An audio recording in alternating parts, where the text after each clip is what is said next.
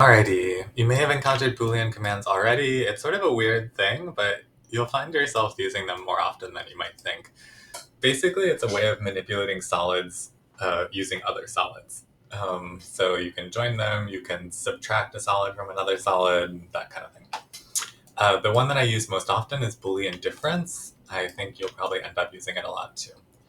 So this basically subtracts one solid from another solid. Let's recreate these shapes. So this first one is a box with another box subtracted from it. So I'll type box. I'm going to create that first box. There it is. Okay. Now I'm going to create another box inside it. So when I'm doing this, I often just because we'll create the box so that there's significant overlap. If I do it so that this face of this box is coplanar with the face of the one that I'm trying to remove, every once in a while, Rhino will get unhappy and it won't actually take it. It'll leave this surface on the one that I'm trying to make a hole in. So that's why I often just model it like this in order to make things simple. So what you're going to do is you're going to type Boolean difference. You'll hit enter and it's going to ask select surfaces or polysurfaces to subtract from. So we're subtracting from the larger box. We're going to click on that one. And I'm going to hit enter. Now it's going to say select surfaces or polysurfaces to subtract with. And I'm going to select the one that I want to take away. I'm going to hit enter and ta-da! It removes that one from the larger one. Easy. All right, here's this kind of apple with a worm that's like eating its way out of the apple or something. I don't know. So I'm going to type sphere. I will create a sphere like that. Then I'm going to hold down Alt. I'm going to hold down Shift. I'm going to use the gumball grip to make a copy of it that's smaller. Move it up to the top. And I'm just going to make a bunch of little copies like that. 5 to be exact. Da, da, da, da, da. Cool. Now I'm going to type Boolean difference. I'm going to select the larger sphere to subtract from. I'm going to use a left to right selection box to select the smaller spheres as the things to subtract with. I'm going to hit enter, and there it is, bite mark. Cool. Boolean union. So that's how we add things together rather than take them apart.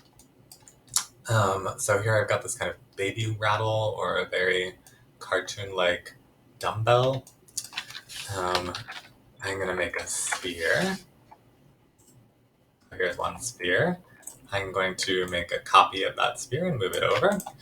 I'm going to draw a cylinder going right up in the air. That's fine. And then I'm going to use the gumball to rotate it 90 degrees. Now I'll move it down.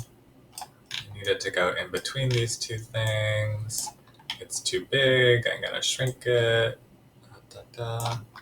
Now it's in the wrong place. All right, there we go. And I guess I should say, like, if you're modeling something that's a piece of furniture that you want to get fabricated, you should do things more precisely. You'll need to find O-snaps and stuff so that you can snap it to the right place. I would obviously want the cylinder to go exactly in between these two spheres. It really depends what you're doing. If you're just creating a sketch for schematic design and it doesn't matter, then, go wild with the gumball. But if you're trying to do construction documents, then it needs to be right. Okay, so we've got our 3 objects. This would probably be fine most of the time, but it is still 3 objects, and they do intersect one another. So if I want to turn this into one thing, then I type Boolean union, and I select all 3 of these things together, hit enter, and it joins them into one new shape, right? So that is Boolean union. I suppose some of the advantages of that would be like if you were applying a material to the whole thing, you might get better texture mapping this way. And this one is not Boolean union. This one is Boolean split. Okay. Boolean split does not add two solids together. Boolean split actually